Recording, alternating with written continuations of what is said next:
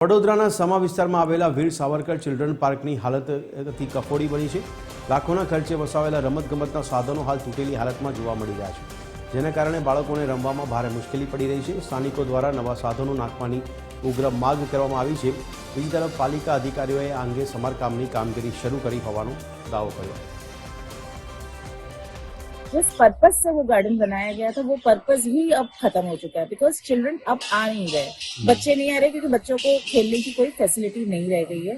हमने as a citizen बहुत बार complaints भी किए हैं कि you should establish it again, because आपने बहुत खर्चा करके, we are all tax payers, it is from our tax money that these things have been developed, पर अब वो है ही नहीं। And we have been continuously complaining कि बच्चे कहाँ जाइए। पूरे विस्तार में एक वही गार्डन था जहाँ पे बच्चे अपने जो भी साधन था वहाँ पे वो खेलते थे। कहीं सांजના ટાઈમે તમે જુઓ તો ન્યુસન્સ એટલું બધું વધી ગયું છે કે જેનો કોઈ હિસાબ નથી।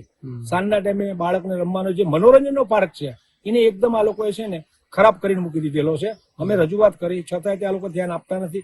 ધ્યાન આપે બાળકને રમવા માટેના, અને અમે ટેક્સ ભરવી છીએ। પ્રજાના પૈસા કોર્પોરેશન આજે લાખો રૂપિયા કરોડો રૂપિયા ખર્ચે છે, તો પ્રજાનો પૈસો તઈ પણ લગાડવો પડે અને લોકોને બાળકને પોતાની શેરી ગલ્લી મોહલ્લાની અંદર રમવાના સાધનો નથી, તઈ છે તો તઈ સારી જગ્યા પર રમવા જઈ શકે એવી અમારી માંગ છે કોર્પોરેશન પાસે।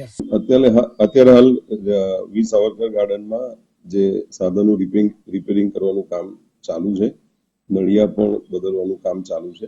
એ સિવાય બાકડા પણ જે તૂટી ગયેલા છે અત્યારે એ લિફ્ટ કરી અને નવા મૂકવાનું કામગીરી છે હાથ ઉપર। એ સિવાય પણ નાનું મોટું બીજું સિવિલ કામ છે એ એક્ઝિક્યુટિવ એન્જિનિયરશ્રી દ્વારા હાથ પર લેવામાં આવેલું છે ટૂંક સમયમાં।